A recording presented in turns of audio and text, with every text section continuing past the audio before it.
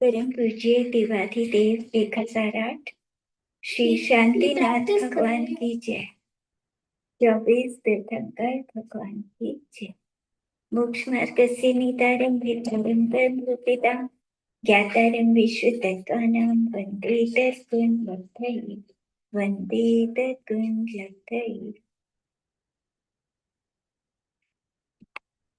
तत्पाल सूत्र जी हम पढ़ रहे हैं। इसमें हमारा 7वां अध्याय चल रहा है और 20 सूत्र हो चुके हैं। 21वां सूत्र पढ़ेंगे आज। नहीं, 21 हो गए हैं। 21, हाँ 21 पढ़ लिए थे कल। 22 नंबर से पढ़ना है। मानांतिकीम सलेखनाम जोशिता। मरण काल उपस्थित होने पर गृहस्थ को प्रीति पूर्वक सलेखना धारण करनी चाहिए। कल हमने 12 व्रतों के बारे में पढ़ा था कि दूसरी प्रतिमा में 12 व्रतों को लिया जाता है। तो आज कहते हैं कि व्रती जो होता है उसको मृत्यु का समय यदि आ जाए तो सलेखना लेनी चाहिए। इस लोक या परलोक संबंधी किसी प्रयोजन की अपेक्षा बिना शरीर पे कषाय को कृश करने को सलेखना कहते हैं। मतलब सलेखना करके बदले में कोई इच्छा नहीं करनी कि इस संसार में मुझे ये धन वैभव मिल जाए या परलोक में ये मिल जाए, ऐसा कुछ भी ना सोचकर शरीर को कृश करना, कषायों को कृश करना मतलब शरीर से भी त्याग करना, अंजल आदि का, और कषायों को भी कमजोर करना। सबसे पहले तो कषाय ही घटानी है, क्योंकि सिर्फ शरीर को भूखा रखने से काम नहीं चलेगा। अगर अंदर में क्रोध भरा हुआ है, अंदर में किसी के प्रति कषाय है, तो फिर सिर्फ शरीर को सुखाने से तो फायदा नहीं होगा। तो दोनों कार्य करने हैं, पहले कषायों को कृश और फिर साथ में शरीर को भी कृश।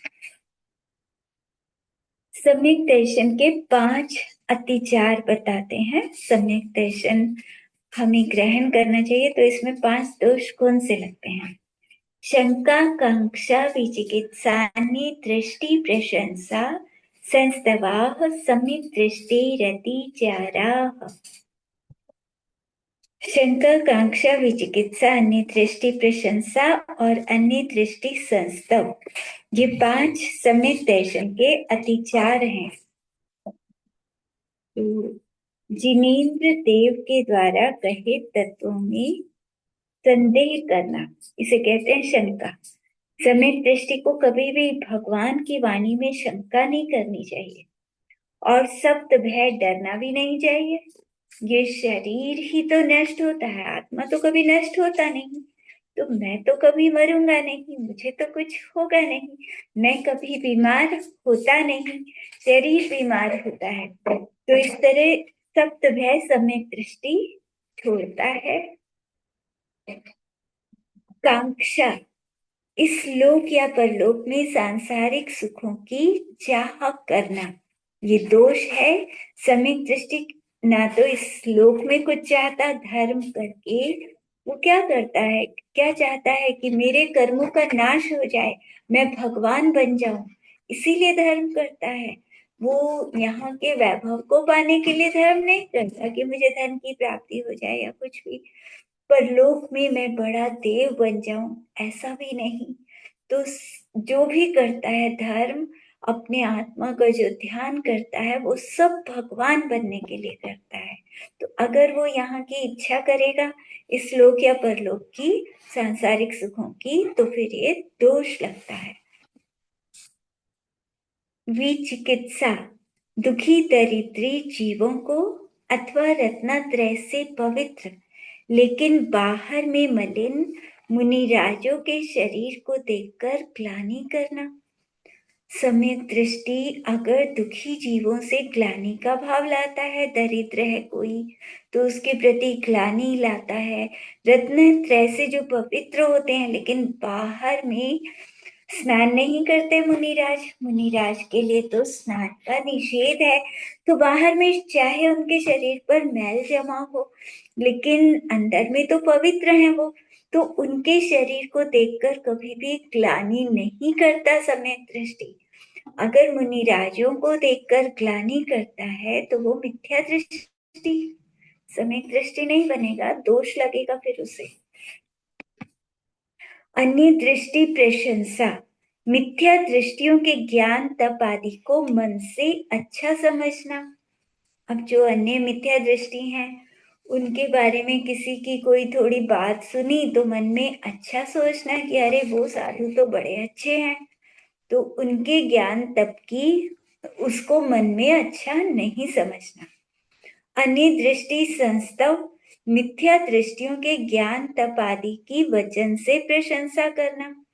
आप किसी के सामने प्रशंसा भी कर दी कि अरे उस धर्म के वो साधु तो बहुत ही अच्छे हैं, बहुत अच्छा प्रवचन करते हैं, तो सम्यक दृष्टि कभी भी ऐसे नहीं बोलेगा। अगर वो बोलेगा तो उसमें सम्यक दर्शन में दोष लगता है। तो सम्यक दृष्टियों को इन दोषों से बचना चाहिए। व्रत शीलेषु पंच पंच यथा क्रमम, अहिंसा आदि 5 व्रतों और दिग्व्रत आदि 7 शीलों में भी क्रम से 5-5 अतिचार होते हैं। तो जो अहिंसा आदि 5 व्रत होते हैं, दिग्व्रत, देशव्रत, ये 7 शील होते हैं, तो इन सब में 5-5 दोष लगते हैं। तो वो भी पता होना चाहिए हमें, ताकि हमने अहिंसा व्रत लिया तो उसमें कौन सा दोष हमको नहीं लगाना, ताकि हमारा व्रत अच्छी तरह से पलेगा। तभी तो हम पूरी तरह से पालेंगे तो हम जल्दी भगवान बनेंगे। तो निरतिचार व्रतों को पालना चाहिए। तो पहला अहिंसा व्रत, इसमें क्या दोष लगता है? बंध वध छेदाति भारारोपणान्न पान निरोधा। बंध वध छेद, अति भारारोपण और अन्नपान निरोध, ये 5 अहिंसा अनुव्रत के अतिचार हैं। तो अहिंसा अनुव्रत में 5 तरह के अतिचार लगते हैं। बंध किसे कहते हैं? प्राणी को रस्सी या सांकल आदि से बांधना या पिंजरे में बंद कर देना। अब किसी ने अहिंसा व्रत लिया है तो वो किसी को भी रस्सी से नहीं बांधेगा, चाहे कोई मनुष्य या जानवर। मनुष्यों को भी कई बार द्वेष के कारण कर देते हैं ना बंद, कमरे में बंद कर दिया, या बच्चों को भी करते हैं। बच्चों को गुस्से में क्रोध आया बहुत ज्यादा और उसे बंद कर दिया कमरे के अंदर भूखा प्यासा, तो ऐसा नहीं करना चाहिए। अहिंसा व्रत वाला किसी को भी कष्ट नहीं देगा। और जानवरों को, इनको भी बिल्कुल भी नहीं करना चाहिए, रस्सी से बांधना, सांकल से बांधना या पिंजरे में बंद कर देना। तो अहिंसा व्रत जिसने लिया है उसे दोष लगता है, अतिचार लगता है। तो सब जीवों को स्वतंत्र रहने दे। वध, कोड़ा बैंत आदि से पीटना। अब किसी को कोड़े से मार रहे हैं, बैंत से मार रहे हैं, बच्चे को या बड़े को, किसी को भी मारना। अहिंसा व्रत जिसने लिया है वो किसी को पीटेगा नहीं इस तरह से। छेद, नाक कान आदि अंगों का छेदना। अब नाक कान जानवरों के छिदवाते हैं, नाक में छेद कराते हैं, तो बहुत कष्ट होता है उन्हें, बहुत दर्द होता है, पाप लगता है इसमें भी। और बच्चों के भी करवाते हैं लोग, अपने बच्चों के नाक कान छेद कराते हैं। तो उसमें दोनों ही बात है, एक अपेक्षा से ना कराएं तो बहुत अच्छा है। बड़े होकर, बच्चे बड़े होकर खुद करा लेंगे, खुद कह देंगे कि हमारे करा दो, तब करा दो, तब दोष नहीं लगता। लेकिन छोटा बच्चा है, वो कुछ बोल भी नहीं सकता, कष्ट तो होता ही है। तो अपनी इच्छा के अनुसार देख लो, जिसको जैसा ठीक लगे। नहीं कराएं तो बहुत ही अच्छा रहेगा। अति भारारोपण, शक्ति से अधिक बोझा लादना या शक्ति से बाहर काम लेना। तो बहुत ज्यादा बोझा भी नहीं लादना चाहिए, जानवरों के ऊपर बहुत बोझा लाती है कि पैसे ज्यादा लगेंगे 2 बार चक्कर काटने के, तो एक बार में ही ज्यादा सामान रख दिया। या टांगे वगैरह में बैठते हैं तो उसमें भी ज्यादा जने बैठ गए पैसे बचाने के लिए, तो इसमें भी दोष लगता है।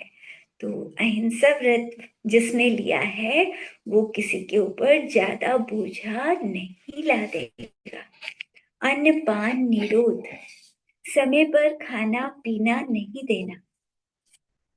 मतलब जैसे नौकर है, नौकरों का भोजन का समय हो गया है और उनसे ज्यादा काम कराना, 1 घंटे और काम करा लिया, उन्हें भूख लग रही थी, और बच्चों को टाइम पर खाना पानी ना देना।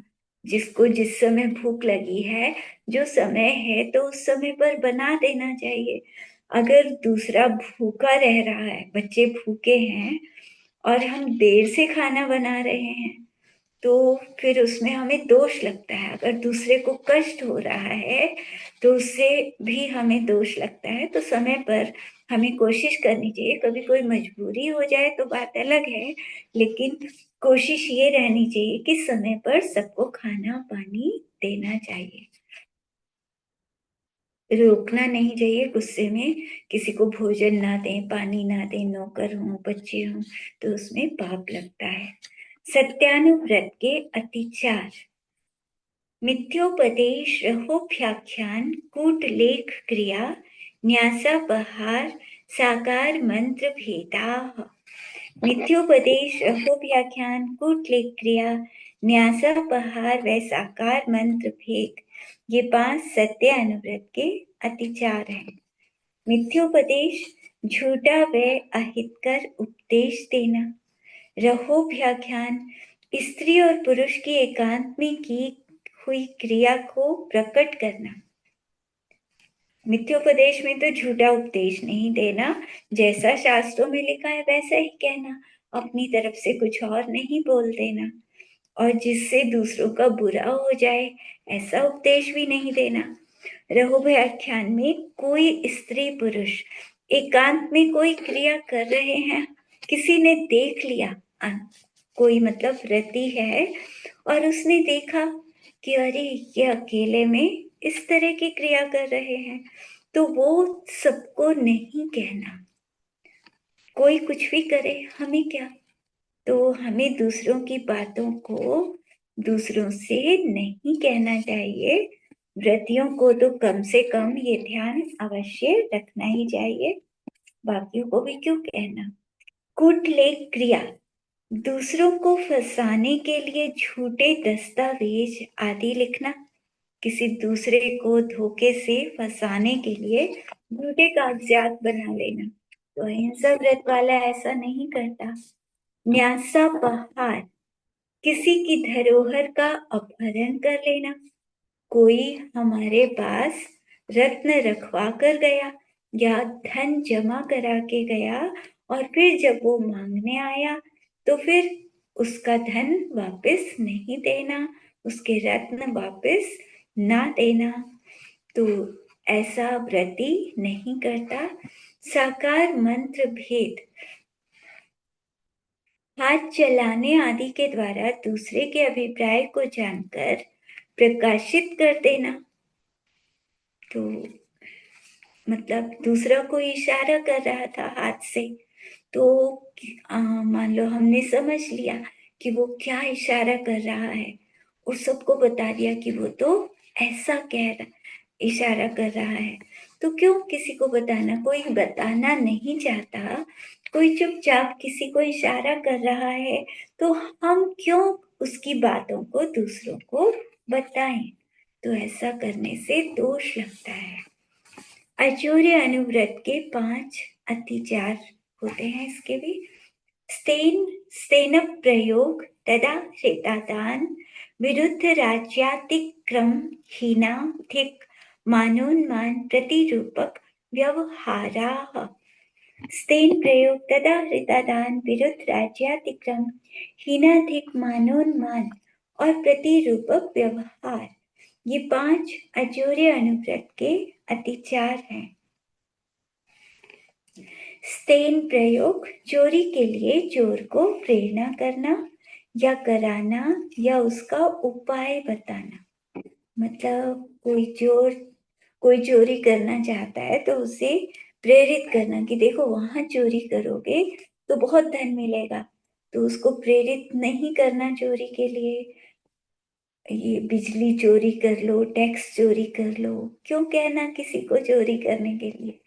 तो कराना भी नहीं और उपाय भी नहीं बताना कि देखो ऐसे ऐसे करोगे तो तुम टैक्स चोरी कर सकते हो, तो ऐसा उपाय क्यों बताना।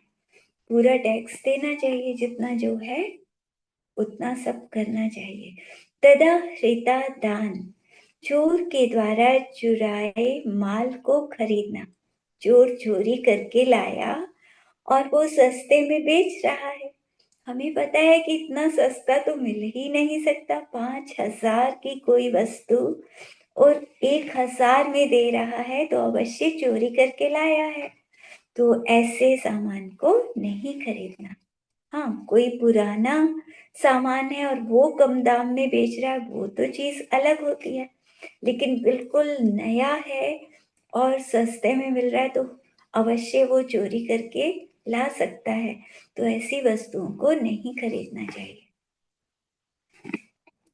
विरुद्ध राज्यातिक्रम, राजा की आज्ञा के विरुद्ध चलना। प्रवेश कर, आयकर, विक्रय कर आदि नहीं देना। जो राजा ने कहा, जैसे प्रधानमंत्री हैं हमारे, जो उनकी आज्ञा हो तो उनकी आज्ञा को मानना चाहिए। अगर आज्ञा नहीं मानते राजा की तो वो भी अजोर्य अनुव्रत में अतिचार लगता है। प्रवेश कर, आय कर, विक्रय कर, तो जो भी कर लगे हुए हैं वो सब देने चाहिए। तो राजा की आज्ञा के विरुद्ध नहीं चलना चाहिए। हीनाधिक मानोन्मान, लेने देने के बांट, तराजू वगैरह को घट बढ़ रखना। अब उसमें क्या करते हैं कुछ लोग, कुछ दुकानदार, कि जब किसी से लेना हो तब तो बाट कैसे रख लिए, ज्यादा वेट वाले, ताकि हम ज्यादा ले सकें। और जब दूसरे को देना है तो बाट हल्के वाले रख लिए, उनमें थोड़ा वेट कम है ताकि कम देना पड़े दूसरे को। तो ऐसा धोखा नहीं करना चाहिए, ये भी चोरी है। प्रतिरूपक व्यवहार, कीमती वस्तु में कम कीमत की वस्तु मिलाकर असली भाव में बेच देना। मतलब एक चीज बहुत कीमती है, उसमें सस्ती वस्तु मिलाकर और महंगी वस्तु के भाव में बेचना, तो ये भी अजोर्य व्रत में अतिचार लगता है। ये कार्य व्रती को नहीं करने चाहिए। ब्रह्मचर्य अनुव्रत में 5 अतिचार। पर विवाह करणे त्वरिका, परिगृहीता गमनानंग क्रीड़ा, काम तीव्राभिनिवेशाः। पर विवाह करण, पर गृहीते त्वरिका गमन, अपरिगृहीते त्वरिका गमन, अनंग क्रीड़ा और काम तीव्राभिनिवेश, ये 5 ब्रह्मचर्य अनुव्रत के अतिचार हैं। पर विवाह करण, दूसरे के पुत्र पुत्रियों का विवाह करना, कराना। तो ब्रह्मचर्य व्रत जिसने लिया है वो दूसरों के विवाह भी क्यों कराएगा, दोष लगता है। किसी का विवाह क्यों कराना, स्वयं ब्रह्मचर्य से रहता है तो अभ्रम वाले कार्यों को नहीं कराना। तो अपने पुत्र पुत्री यदि है, अपनी जिम्मेदारी है, तो उनका तो विवाह करा सकता है, उनके लिए तो ठीक है कि ठीक है जिम्मेदारी निभानी पड़ेगी। लेकिन कुछ लोग होते हैं ना, ऐसे ही रिश्ते बताते रहते हैं, इधर उधर दूसरों को रिश्ते बताते हैं, तो वो कार्य अनुव्रती नहीं करता। परिगृहीते त्वरिका गमन, पति सहित व्यभिचारिणी स्त्रियों के यहाँ आना जाना, लेन देन रखना, राग भाव से बातचीत करना आदि ये भी नहीं करना। मतलब कोई किसी की पत्नी है लेकिन पति नहीं है, तो उसके परिणाम गलत रहते हैं, वो गलत व्यवहार है उसका, तो ऐसी स्त्री के घर आना जाना नहीं रखना चाहिए। उससे लेन देन भी नहीं रखना चाहिए और राग के साथ उनसे बात नहीं करनी चाहिए। अपरिगृहीते त्वरिका गमन, जो पति से रहित है, अभी तो हमने पति सहित जो पत्नी है उसके अगर वो गलत हो तो वहां नहीं आना जाना। अब अगर पति से रहित जो वेश्या आदि होती हैं तो उनके यहाँ आना जाना, लेन देन आदि का व्यवहार करना, ये सब ब्रह्मचर्य व्रत में दोष लगता है। तो जिसने ब्रह्मचर्य व्रत लिया तो वहां आना जाना नहीं करेगा। अनंग क्रीड़ा, विषयों का बहुत आसक्ति से सेवन नहीं करना। काम तीव्राभिनिवेश, विषय भोगों की बहुत ज्यादा इच्छा रखना, तीव्र अभिलाषा रखना, ऐसा भी नहीं करना चाहिए। ब्रह्मचर्य व्रत है तो ब्रह्मचर्य से रहने की कोशिश करनी चाहिए। परिग्रह परिमाण, अनुव्रत के अतिचार। क्षेत्र वास्तु हिरण्य सुवर्ण धन धान्य दासी दास कुप्य प्रमाणातिक्रम। क्षेत्र वास्तु प्रमाणातिक्रम, हिरण्य सुवर्ण प्रमाणातिक्रम, धन धान्य प्रमाणातिक्रम, दासी दास प्रमाणातिक्रम, कुप्य प्रमाणातिक्रम, ये 5 परिग्रह परिमाण अनुव्रत के अतिचार हैं। क्षेत्र वास्तु प्रमाणातिक्रम, इसमें खेत और मकान इनके प्रमाण का उल्लंघन करना, मतलब व्रती जो होता है गिनती रखता है कि मैं अपने नाम कितना खेत रखूंगा, कितनी जमीन रखूंगा, मकान अपने नाम से कितने रखूंगा, तो ये गिनती होनी चाहिए 1 या 2 जो भी है। बाकी बच्चों के नाम या किसी और के नाम करते हैं, अपने नाम उससे ज्यादा नहीं रखना।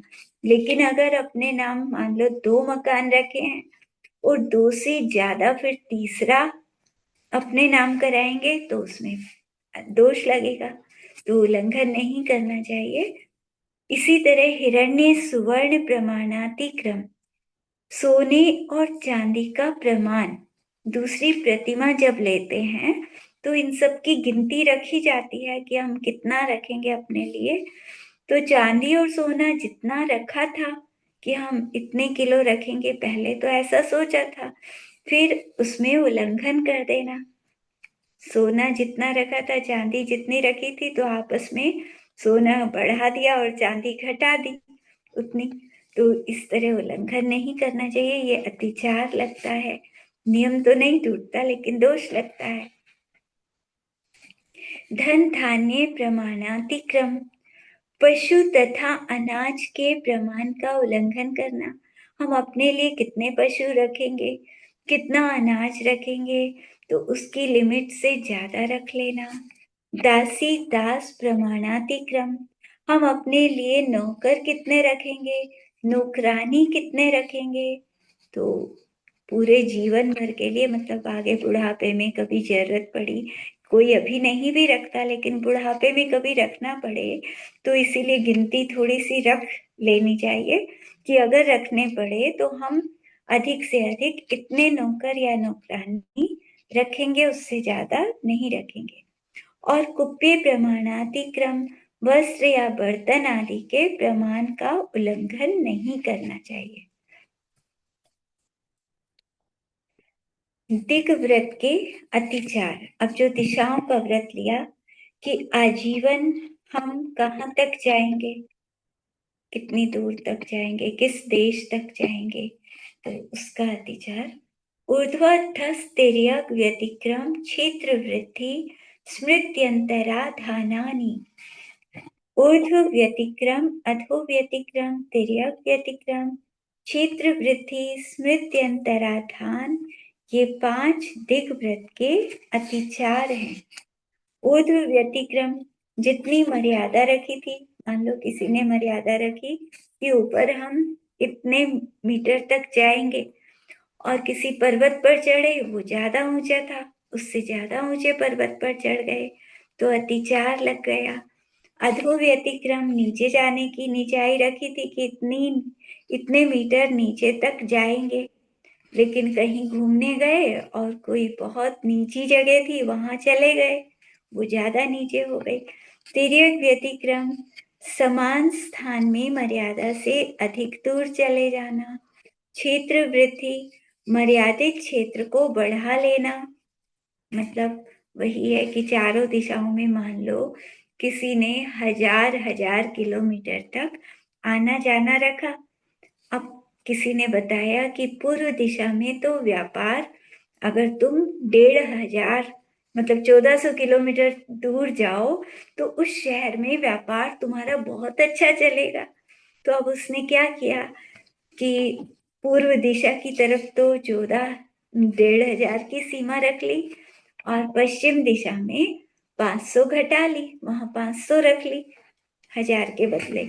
तो इस तरह कम ज्यादा कर लेते हैं तो ये अतिचार लगता है। नियम तो नहीं टूटा लेकिन दोष लगा थोड़ा। स्मृत्यंतराधान, जो मर्यादा की थी उसे लिख लेना चाहिए, अगर नहीं लिखा, भूल गए तो ये अतिचार लगा। इस तरह ये दिग्व्रत के अतिचार। फिर देशव्रत के अतिचार। आनयन प्रेष्य प्रयोक्षात रूपानुपात पुद्गल क्षेपाः। देशव्रत में हमने पढ़ा था कि घर के अंदर का नियम ले लिया, आज हमें कहीं नहीं जाना, जाने की इच्छा नहीं है, तो हम नियम ले सकते हैं कि कल सुबह तक घर से बाहर जाने का त्याग। उसमें इमरजेंसी की छूट रख सकते हैं या अपने मोहल्ले तक की का रख सकते हैं, कितना भी ले सकते हैं। इमरजेंसी में कभी जाना पड़े, कभी तबीयत खराब हो, एकदम हॉस्पिटल जाना पड़ जाए या कुछ भी बात हो जाए तो उसकी छूट रखें हमेशा, क्योंकि घर में रह रहे हैं, अभी हम गृहस्थ में हैं। तो इसमें अतिचार क्या लगते हैं? कोशिश करें कि ना जाएं तो बहुत ही बढ़िया है, अगर पूरी तरह से त्याग करें तब तो बहुत ही अच्छा है। तो आनयन प्रेष्य प्रयोग शब्द रूपानुपात पुद्गल क्षेपाः। आनयन प्रेष्य प्रयोग शब्दानुपात रूपानुपात पुद्गल क्षेप, ये 5 अतिचार हैं देशव्रत के। आनयन, स्वयं अपने मर्यादित क्षेत्र में रहते हुए मर्यादा से बाहर के क्षेत्र की वस्तु को किसी से मंगाना। अब मान लो हमने 1 घंटे का नियम लिया कि 1 घंटे हम घर में ही रहेंगे, तो 1 घंटे अब हम जो घर के अंदर सामान है उसी में काम चलाएंगे। 1 घंटे तक हम बाहर से कुछ मंगाएंगे भी नहीं अपने लिए। प्रेष्य प्रयोग, स्वयं अपने मर्यादित क्षेत्र में रहते हुए मर्यादा के बाहर कार्यवश नौकर आदि को भेजना, कि खुद तो मुझे जाना नहीं, चलो नौकर को भेज दिया, तो इसमें भी नियम तो नहीं टूटता लेकिन दोष लगता है।